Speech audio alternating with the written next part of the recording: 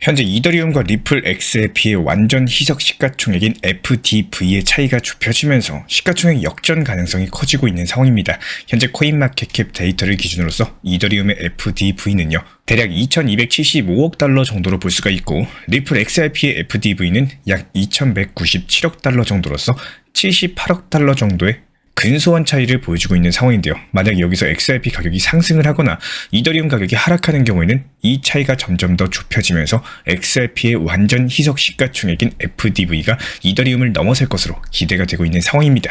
자, 그렇다면 여기서 아마도 궁금하실 겁니다. 완전 희석 시가총액 FDV는 과연 무엇인가? 특정 암호화폐의 최대 공급량이 모두 다 시장에 풀렸을 때 이때 시가총액을 의미하는 게 바로 FDV고, 현재 유통되고 있는 물량이 아니라 앞으로 시장에 공급될 가능성이 있는 토큰까지 전부 다 포함해가지고 이렇게 계산을 하는 방식이에요. 그렇다면 FD 방식이 왜 중요한가라고 했을 때 시가총액 계산했을 때 상당히 합리적이라고 평가를 받고 있습니다. 프로젝트의 추가 공급량이 이루어지면 가격이 희석될 가능성이 높아지겠죠. 이런 이유들 때문에 FDV가 너무 높아지는 경우에는 시장에 풀릴 수 있는 물량이 많으면 많을수록 가격에 대한 하락 위험이 커질 수가 있습니다. 향후에 이에 따른 가격 변동성까지도 고려한 FDV 시가총액이 시장에서 정확한 가치를 알 수 있는 지표다, 이렇게 볼 수가 있는데요. 현재 이더리움과 리플 XRP의 가장 큰 차이점은 공급량 구조입니다. XRP가 최대 공급량이 1000억 개로 고정이 되어 있고, 반대로 FDV 계산이 비교적 명확하지만요, 이더리움은 공급량이 무제한이죠. 그렇기 때문에 FDV를 정확하게 산출하기는 어렵습니다. 반면에 현재 XRP 같은 경우는 580억 개가 유통되고 있고, 나머지 420억 개는 리플랩스 보유 물량이라거나 아니면 에스크로 계정에 보관이 되어 있기 때문에 총 공급량이 1000억 개로서 제한되어 있는 상황에서 이 물량이 전부 다 시장에 풀렸을 때 가격에 대한 희석 위험성이 커질 수는 있어요. 반면에 이더리움 같은 경우는 지분 증명 시스템으로 전환된 이후에 EIP1559 소각 메커니즘이 적용이 되고 있기 때문에 일정량의 이더리움이 소각이 되고 있는 구조입니다. 즉 이더리움의 FDV 개념을 적용하기 어려운 구조지만요, 장기적으로 공급량이 줄어들 가능성이 있기 때문에 희소성은 점점 더 증가하게 될 것이다. 그렇다면 현재 유통량 기준으로 임시 FDV를 적용을 해봤을 때 2275억 달러로서 2197억 달러를 기록 중에 있는 XRP의 FDV와 근소한 차이를 추산해 볼 수가 있는데요. 여기에 대해서 장기적인 가치 전망을 살펴보면은 리플 XRP 같은 경우는 가장 먼저 SEC와의 소송 리스크 해소 이슈가 있고, 소송이 완벽하게 종결이 짓게 된다면은 스위프트를 대체하는 국제결제 시스템으로서의 성장이 가능할 겁니다. 그리고 리플 스테이블 코인 RLUSD가 성장을 할 거고요. 미국 SEC의 XRP 현물 ETF가 승인될 거고, 리플랩스가 나스닥에 상장되면서 이렇게 여러 가지 크고 다양한 호재들로 인해 가지고 기하급수적인 확장이 기대가 되고 있고요. 반면에 이더리움 같은 경우는 스마트 컨트랙트, 디파이나 NFT 같은 다양한 블록체인 산업에서 활용도가 높아요. 이에 따른 네트워크 성장과 함께 가치가 상승할 가능성이 큰 상황입니다. 그렇기 때문에 앞으로의 전망을 비교를 해봤을 때는요, 저희 채널 차원에서 예상을 하고 있는 부분은 미래 성장성에 있어가지고 리플 XRP가 이더리움보다 더 크다, 이렇게 분석을 해볼 수가 있습니다. 결과적으로 앞으로 호재를 비교를 해봤을 때 리플 XRP가 더욱더 많은 호재성 이슈를 가지고는 있지만요, 리플 에스크로 락업 물량이 시장에 공급되는 경우에 이에 따른 공급 물량 증가 리스크도 고려해야 됩니다. 다만 현재 시점 기준으로 봤을 때는 총 공급량 완전 희석 시가총액 FDV가 이더리움과 근소한 차이로서 XRP가 바짝 따라붙고 있는 상황이기 때문에 시간이 지나면 지날수록 XRP의 가치가 이더리움을 능가를 하면서 시가총액 2위 자리에 안착할 수 있을 것으로 기대가 되고 있습니다. 다만 이더리움 역시 마찬가지예요. 장기 투자 관점에서는 공급 조절 그리고 네트워크 확장으로 인해 가지고 안정적인 가격 상승이 전망이 되고 있기 때문에 리플 XRP 못지않은 성장세가 기대되고 있는 것도 사실인데요. 다만 여기서 중요한 건 이더리움과 리플 XRP의 성장 배경 자체가 다르다, 이렇게 볼 수가 있는 거고, XRP는 금융권 협업 확대로 인한 글로벌 송금 결제 수단의 성장이라면은 이더리움 같은 경우는 생태계 확장 그리고 소각 메커니즘으로 인해 가지고 장기적인 가치를 뒷받침하는 구조로서 이런 성장세가 이루어질 것으로 전망이 되고 있습니다. 우리 구독자 여러분들께서도 투자 전략 포트폴리오 세우실 때 참고 정도 해주시면 좋을 것 같고요. 그렇다면 우리 구독자 여러분들께서 어떻게 생각하시는지 의견도 한번 들어보고 싶습니다. 중장기적으로 봤을 때 리플 XRP의 성장 그리고 이더리움의 성장성 비교를 해봤을 때 과연 어느 쪽이 더 큰 상승이 나올 거라고 생각을 하시나요? 댓글 통해서 자유롭게 의견 적어주시면 좋을 것 같고요. 우리 구독자 한 분께서 이번에 이런 말씀을 해주셨습니다. 이해가 조금 어려운 내용일 수는 있겠지만 인간 심리 지표를 활용하면서 매도 시점을 제대로 캐치해 나가시는 분들도 있으시다라는 표현의 설명을 드리고 싶은데요. 사실상 가장 어려운 게 매도의 시점을 잡는 게 가장 어렵다라고 느끼실 겁니다. 매수는 어떻게든 운이 좋아서 매수하고 타이밍이 좋고 모아나가다 보면은 매수는 어떻게든 잘 활용해 나가시는 분들이 많이 계십니다. 하지만 매도의 시점을 잘 잡는다라는 게 사실상 투자 심리에 대해서 오히려 반대로 가셔야 되기 때문에 쉬운 일은 아니라고 생각을 하는데요. 하지만 우리 구독자분들께서도 말씀해 주신 내용과 비슷하지만요. 시장이 좋고 상승장 불장이 찾아오면은 어느새 주위에서 코인 얘기하는 사람이 많아지고 나도 리플 샀네, 도지코인 샀네, 비트 샀네 이런 얘기가 많아질 수밖에 없습니다. 이것뿐만 아니라 뉴스나 언론, 유튜브 등에서 갑작스럽게 코인 얘기하거나 상승 얘기하거나 비트코인 몇 억까지 무난하게 간다는 여러 가지 너무 많은 긍정적인 얘기들이 나오기 시작을 하는데요. 제 채널을 빗대어가지고 쉽게 말씀을 드리면은 갑자기 수많은 분들이 댓글을 달아주시고 리플에 대해서 얼마까지 상승한다 이런 긍정적인 댓글이 갑자기 폭주하는 시기가 찾아옵니다. 너무나도 감사드리지만요. 이런 내용들이 복합적으로 합쳐지는 그 시점이 오히려 고점 시기에 가까운 신호다. 인간 지표라고 생각을 하셔도 좋을 겁니다.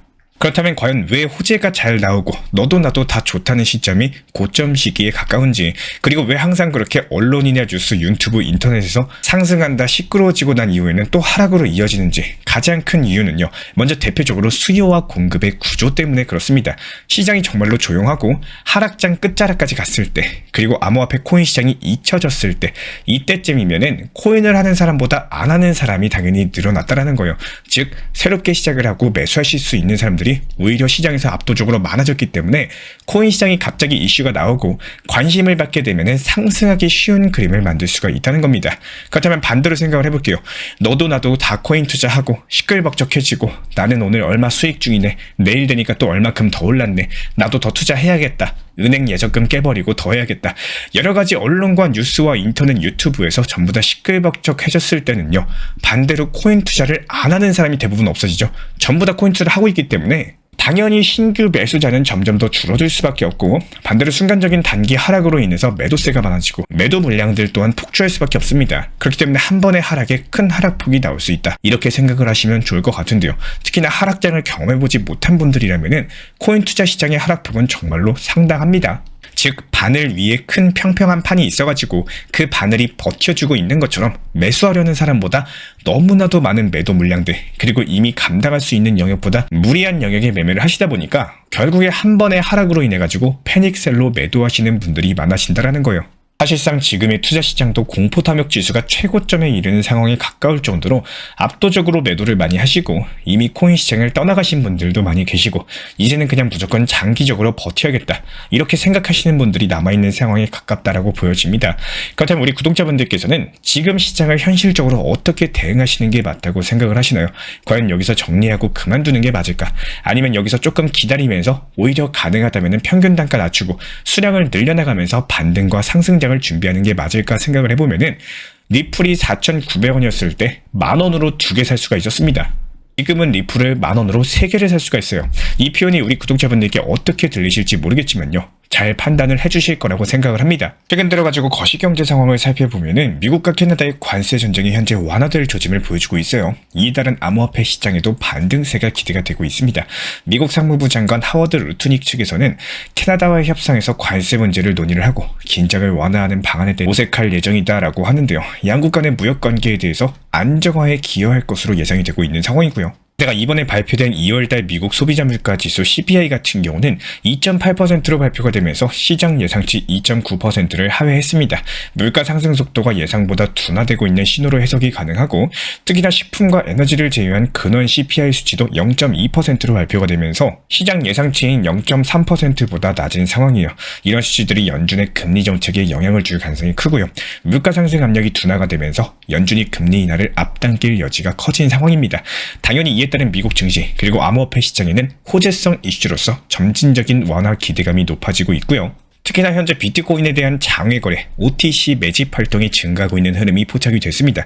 최근에 ERC20 기반의 스테이블 코인의 이차량이 급증을 했고 대형 투자자들이 장외 거래를 통해 가지고 시장의 매도 압력을 흡수하고 있는 상황이고요. 스테이블코인 활성 주소 숫자까지도 증가를 하면서 네트워크 활동이 활발해지고 있는 것으로 포착이 되고 있어요. 그렇다면 현재 극단적인 공포 심리가 시장을 지배하고 있는 것은 맞겠지만 이런 상황에서 고래나 기관 큰손 투자자들이 물량을 축적하고 있다는 점으로 인해 가지고 상승을 부추길 여지가 생겨나고 있는 상황입니다. 비트코인의 4년 복합 연평균 성장률 CAGR은요, 현재 사상 최저치를 기록을 하면서 8%까지 하락을 했는데요. 기본적으로 4년 주기 같은 경우는 비트코인 반감기와도 맞물려 있고 일반적으로 강세장과 약세장이 반복되는 시장 사이클을 반영하는 기준으로서 사용이 됩니다.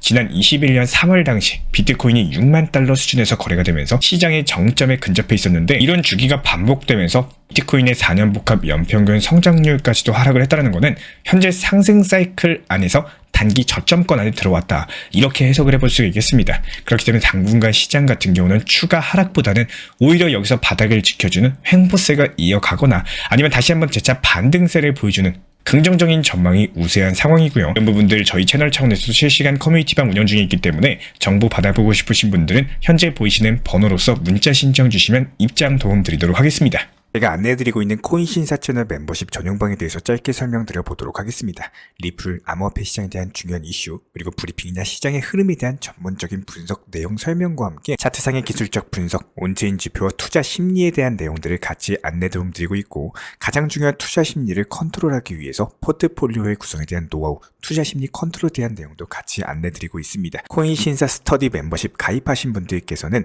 아래 번호 혹은 신청 링크 통해서 남겨주시면 제가 연락드리고 있고, 안내 설명과 함께 신사 채널 리플 전용 멤버십 방에도 입장 안내 설명드리고 있습니다.